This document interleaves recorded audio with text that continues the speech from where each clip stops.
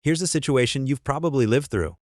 Your project is one step from launch. All you need is a small API change from another team. You message them, and you get 3 words back. No capacity this quarter.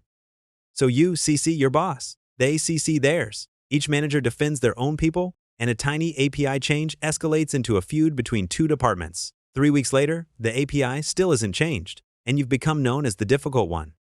The project is half dead. The relationships are fully dead. So did you lose that battle? No.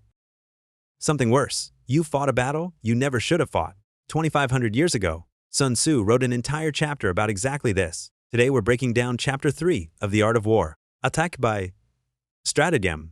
2 lines from this chapter deserve a place on your desk. First, in Lionel Giles's classic translation, the highest form of generalship is to balk the enemy's plans. The next best is to prevent the junction of the enemy's forces. The next in order is to attack the enemy's army in the field. And the worst policy of all is to besiege walled cities. And the second, even more famous, to fight and conquer in all your battles is not supreme excellence. Supreme excellence consists in breaking the enemy's resistance without fighting. Understand this clearly. Sun Tzu is not telling you to be passive. He is the most aggressive win maximizer in history. He's simply telling you that open conflict is the most expensive way to win, and expensive should always be your last resort. Translate those 2 lines into workplace terms, and you get a 4-level playbook. Whenever you hit cross-team conflict, you're holding 4 cards, ordered from cheapest to most expensive. Level 1. Attack their calculation. When that team says no capacity, what they're really saying is, on their internal ledger, your request costs 3 days of work and pays them nothing. They're not being evil, they're being rational. So the highest level move is to rewrite their ledger. Could this API change also kill a piece of technical debt they've been dragging around? Could this collaboration show up in their quarterly review? If their goals were even 10% tied to your project's outcome, would no capacity still be the answer? The master's move is to make helping you their best option before they ever get the chance to say no. Level 2. Attack their isolation, build the alliance. If you can't change the ledger, change the formation. A team can afford to stall you when you're alone. So stop being alone. Find the 2 other teams blocked by the same API and upgrade my request into a shared requirement from 3 teams.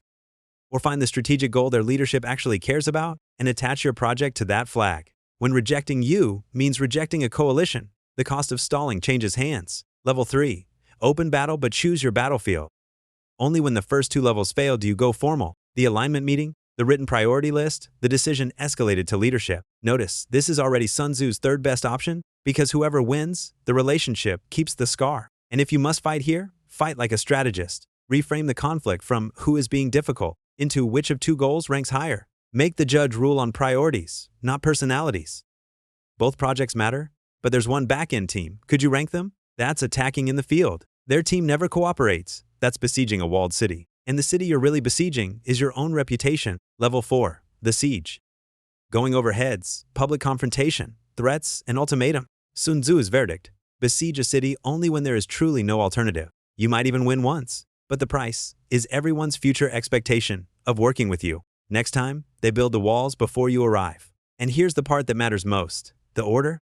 Most people jump straight to level 3 or 4. They lead with their most expensive card. Sun Tzu's discipline is the opposite. Always start with the cheapest level and escalate only when it fails. Let me share a real case I've seen up close. Details anonymized. At a tech company, a product manager needed the data platform team to build a real-time data pipeline for her new feature. The reply was a classic. Roadmap is full. Try next quarter. Her colleagues told her to escalate, CC the bosses, force the issue. She didn't. Instead, she spent one afternoon on a different task, figuring out what the data team was actually working on that quarter and what they were being measured on. Here's what she found. Their key objective that quarter was to grow adoption of their new real-time computing engine from 3 internal teams to 8, and they were struggling to find a flagship use case with real business weight.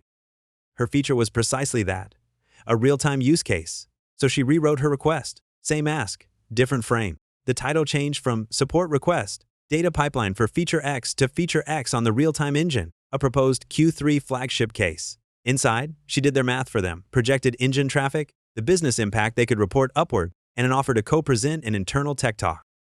The data team's lead scheduled a meeting the very next day. The request that had been pushed to next quarter shipped in 2 weeks. And yes, that case really did end up in their quarterly review. Both sides claimed to win.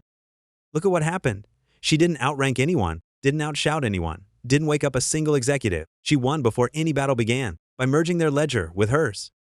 That is winning without fighting. And notice what got subdued. Never the other side's dignity, only their reasons to refuse. 3 moves you can use tomorrow.